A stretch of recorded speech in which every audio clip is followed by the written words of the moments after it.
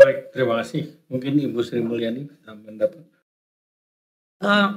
Untuk kebijakan PNS mengenai formasi, kita nanti koordinasi dengan Menpan RB. Seperti diketahui bahwa tahun ini juga sudah ada penerimaan, jadi nanti tergantung kebutuhan dari kementerian lembaga dan terutama juga dari daerah. Namun juga pada saat yang sama ada kapasitas fiskal yang juga harus dipertimbangkan. Jadi untuk hal itu kita belum melakukan exercise untuk terutama untuk rekrutmen, untuk gaji kita juga akan melihat kepada fiscal space untuk tahun 2026 yang tadi mayoritas diisi untuk program-program prioritas nasional. Untuk target pertumbuhan 5,4%, tentu tadi kita akan coba melihat sumber-sumber pertumbuhan ekonomi. Pertama, kalau didengar dari Pak Ruslan, investment tadi cukup bagus dan kemampuan untuk bisa attract investasi lebih banyak.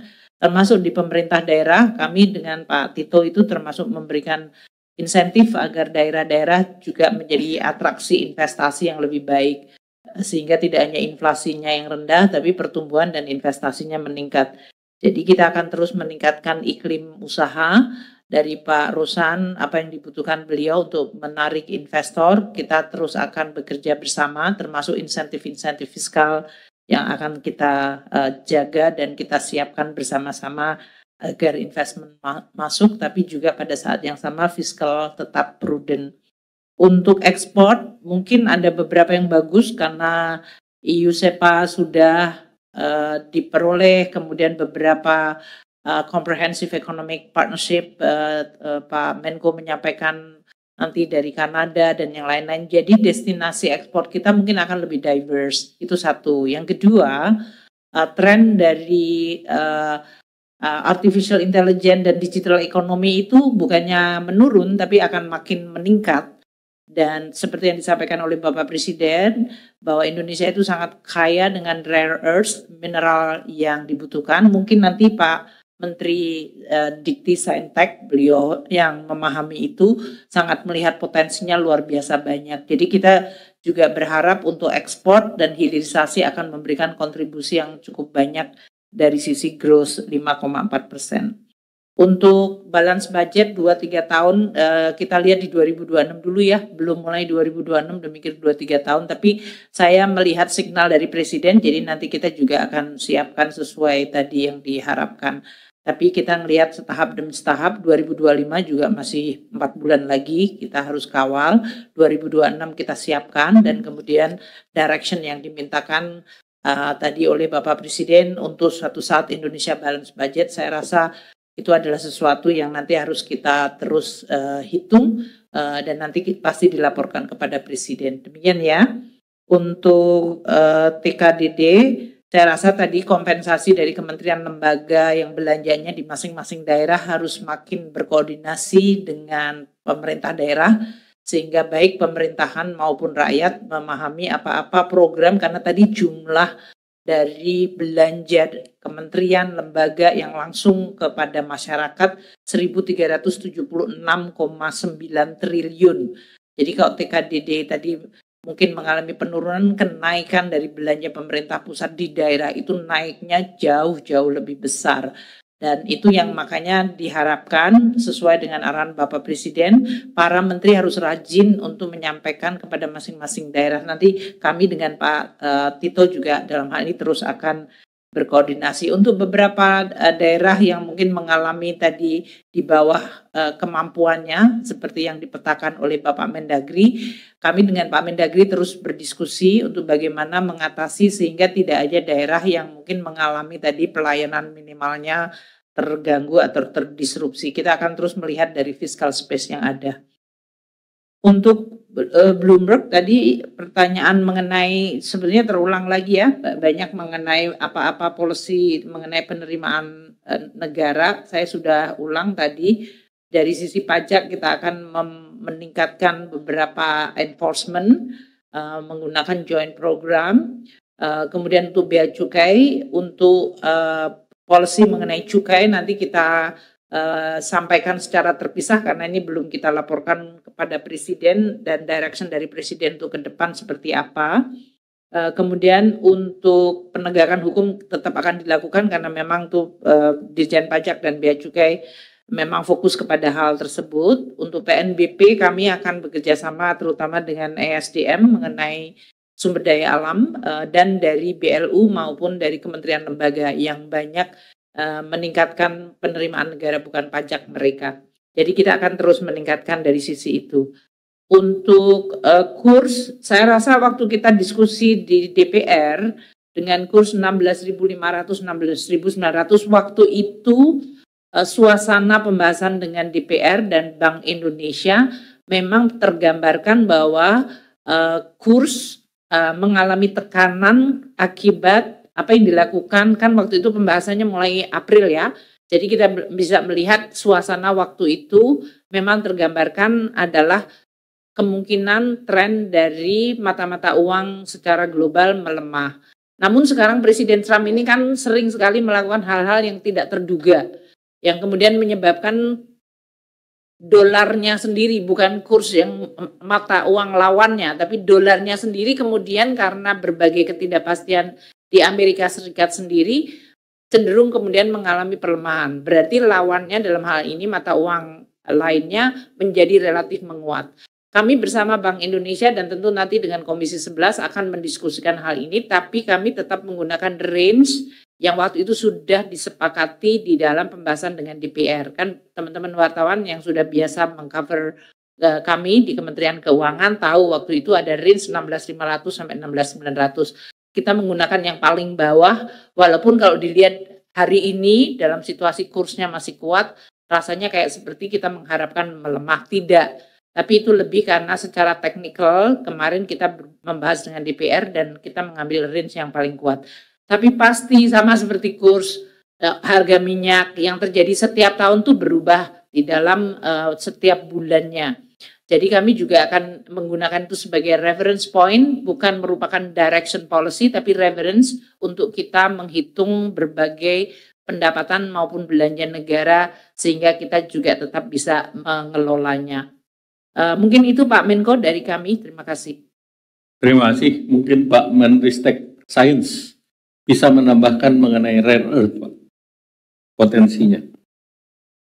Terima kasih Pak Menko. Jadi Bapak Ibu sekalian, salah satu mineral yang memang cukup banyak dan menjanjikan dengan nilai yang sangat tinggi itu adalah logam tanah jarang. Di beberapa byproduct atau produk samping dari pengolahan mineral yang saat ini ada seperti di Bangka Belitung, di Mamuju, kemudian termasuk di Sulawesi itu cukup mengandung banyak.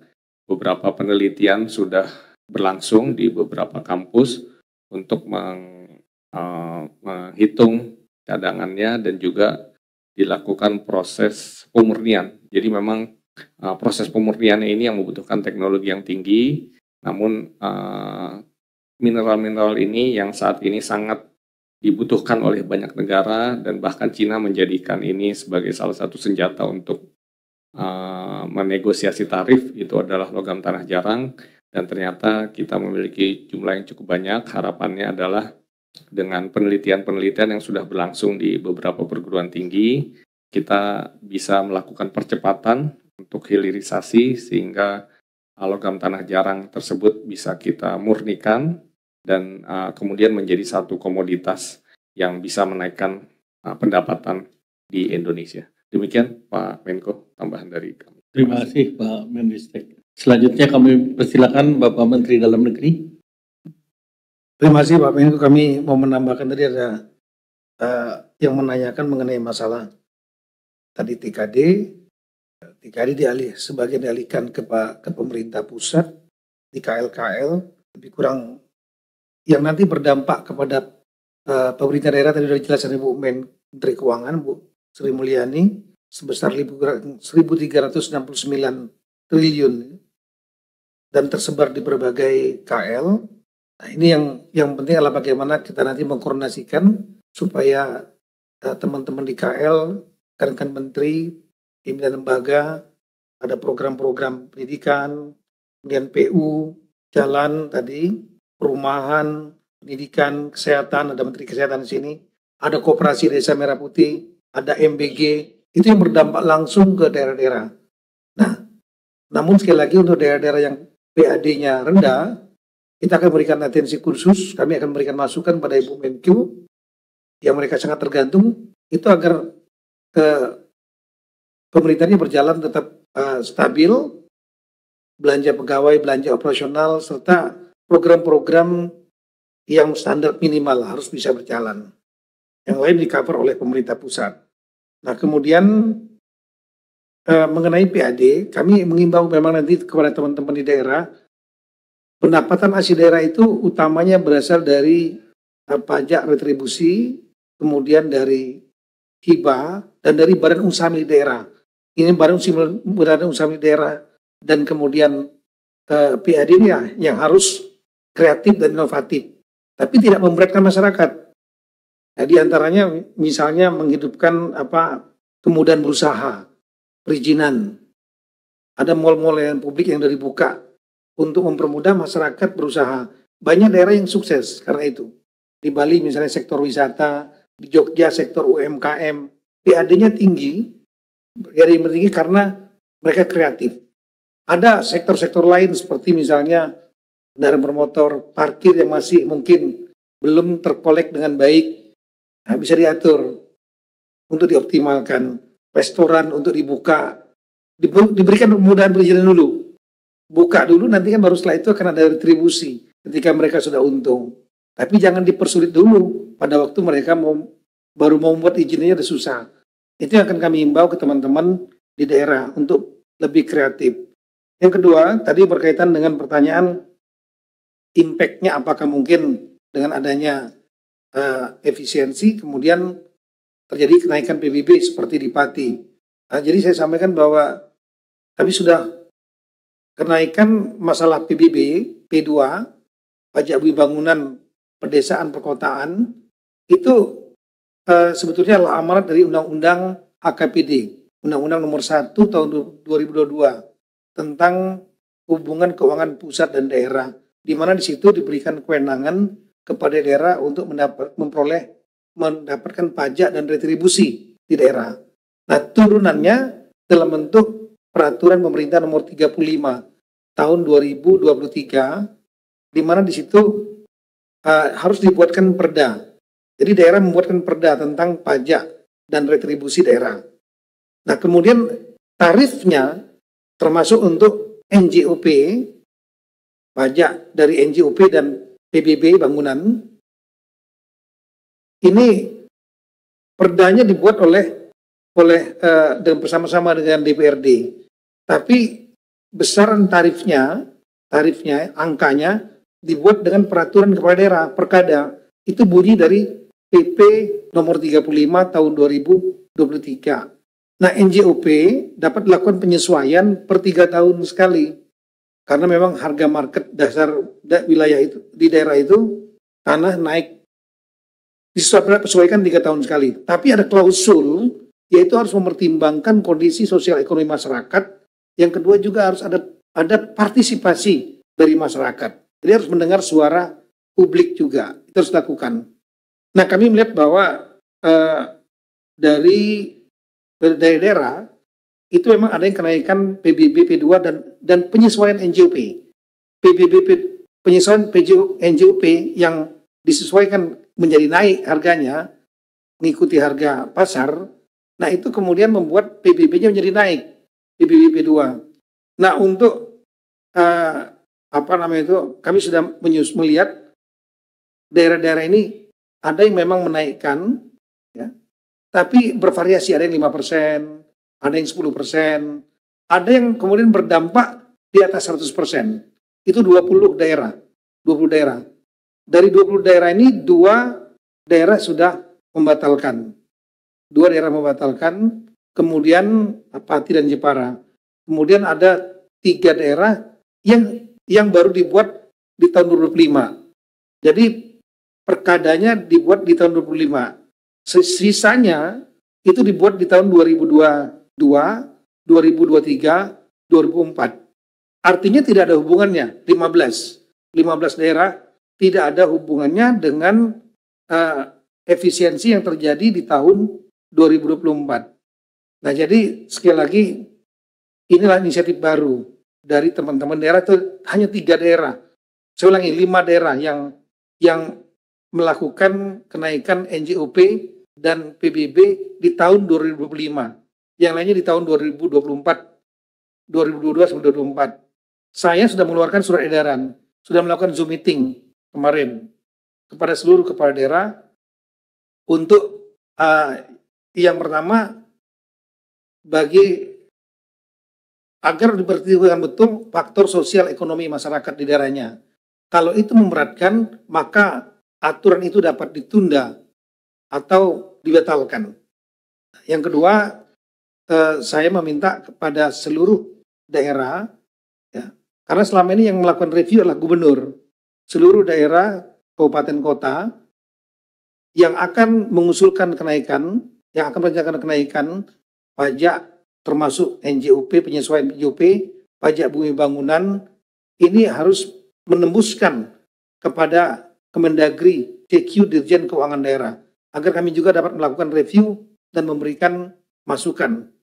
Kira-kira itu akan berdampak kepada memberatkan masyarakat atau tidak. Karena prinsip dasar yang kami sampaikan kemarin dalam Zoom supaya daerah, Bapak Presiden Prabowo programnya sangat pro pada rakyat. Jadi daerah juga agar sama iramanya, jangan memberatkan rakyat. Saya kira itu. Makasih.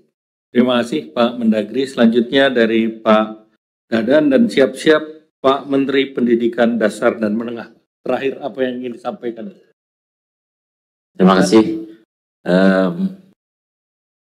Program makan bergizi pada tahun 2025 ini disiapkan 171 triliun, tapi kami yakin hanya bisa menyerap 121 triliun. Penyerapan makan bergizi identik dengan jumlah penerima manfaat. Jadi kenapa tahun ini rendah? Karena kita mulai dari sejumlah penerima manfaat 6 Januari itu hanya sekitar 300.000. Nah, pada ujungnya akan 82,9 juta di akhir tahun, maka di awal tahun depan kita akan full speed dengan 82,9 juta. Dan tidak ada perubahan pagu apapun terkait dengan porsi makan. Jadi ini murni karena jumlah penerima manfaat yang memang sudah dalam jumlah besar. Terima kasih. Terima kasih. Pak Rosan, ada yang ingin tambah? Baik, Bapak Ibu, tadi Pak Menteri nggak mau cukup. Jadi mungkin tambahkan silakan, sedikitnya Ibu. mengenai pajak, karena Pak Dirjen Pajak ngirim saya message jadi supaya tahu. Untuk pengawasan dan penegakan hukum di perpajakan, kita akan terus bekerja sama dengan aparat penegak hukum, Kejaksaan, Polri, PPATK, KPK, termasuk joint program di dalam Kemenkyu sendiri. Ini juga untuk memberikan kelengkapan informasi, data, tapi juga memberikan deterrent effect. Kami juga bahkan di Direktorat Jenderal Pajak sekarang bekerja sama dengan bahkan NGO supaya bisa membangun trust dari publik, termasuk NGO seperti Transparansi Internasional, Satgas Optimalisasi Penerimaan Negara, Strategi Nasional Pencegahan Korupsi, sehingga proses di dalam enforcement itu lebih inklusif dan lebih transparan dan melibatkan banyak stakeholder. Ini tujuannya supaya tidak menimbulkan ketakutan tapi lebih menjelaskan dan pada saat yang sama juga melakukan enforcement secara konsisten. Mungkin itu tambahan saya, Pak, mengenai beberapa langkah-langkah yang dilakukan oleh teman-teman di Pajak, Bea Cukai, dan PNBP. Terima kasih. Terima kasih. Saya tambahkan sedikit mengenai rencana subsidi yang tepat sasaran. Kita sudah punya DTSEN, data dari survei sosial dan ekonomi. Dari data tersebut tentu kita melihat adanya kebocoran daripada subsidi yang masuk pada kelompok masyarakat atas. Karena memang saat sekarang subsidi itu diberikan secara terbuka. Nah, mungkin ke depan kita akan mencarikan mekanisme dan skema, sedang dalam pembahasan di pemerintah, di mana nanti pengguna daripada saat sekarang, seperti contoh di sektor listrik kan yang langganan tinggi itu mendapatkan harga yang berbeda dengan yang di bawah. Dengan mekanisme semacam itu bisa diimplementasikan di sektor energi yang lain. Nah, nanti pada waktunya akan disosialisasikan ke masyarakat sebelum dilaksanakan, namun sekarang masih dalam tahap penggodokan. Yang kedua terkait dengan pertumbuhan, pertama tentu pemerintah optimis dengan anggaran yang disediakan dan program-program unggulan yang didorong oleh Bapak Presiden akan menimbulkan multiplier efek terhadap perekonomian mulai dari pedesaan, dan kemudian dengan program unggulan lain seperti arahan Bapak Presiden untuk memperkuat ekspor dengan diversifikasi pasar ekspor dan mendorong mitra dagang. Kita tahun depan masuk dalam EU SEPA, di mana EU SEPA itu barang Indonesia ke Eropa 0%. Dengan demikian rata-rata hari ini 10-20%. Maka tentu kenaikan daripada perdagangan dengan Eropa diperkirakan akan meningkat. Kemudian kita juga sudah selesai EU SEPA dengan EU dengan Kanada. Kemudian juga sudah selesai, SEPA dengan Kanada. Kemudian juga selesai FTA dengan Eurasia, 5 negara. Seluruhnya tahun ini diselesaikan, maka pasar-pasar tersebut ke depan juga biaya masuk barang kita menjadi 0. Jadi ekspor diharapkan bisa meningkat. Nah, tentu untuk meningkatkan kapasitas itu diperlukan, yaitu dengan investasi. Kemudian saat sekarang Indonesia dalam hilirisasi. Untuk EV baterai, Indonesia salah satu yang paling lengkap, karena kita selain nikel, kobalt, mangan juga kita menggunakan lithium, dari baik itu dari bahan bakunya dari Australia maupun dari DRC. Jadi ekosistem EV baterai Indonesia paling kuat dan tahun depan akan terus meningkat. Dan tentu dengan Danantara investasi, maka investasi diharapkan meningkat, ekspor tumbuh, konsumsi dijaga dengan program bantuan sosial yang kita tebalkan, kemudian diharapkan tahun depan government spending juga akan spending better. Jadi dengan seluruh komponen itu pemerintah optimis situasi ekonomi tahun depan 5,4 bisa dicapai. Baik, terima kasih Bu Menteri Keuangan, Pak Menteri Investasi, Pak Ketua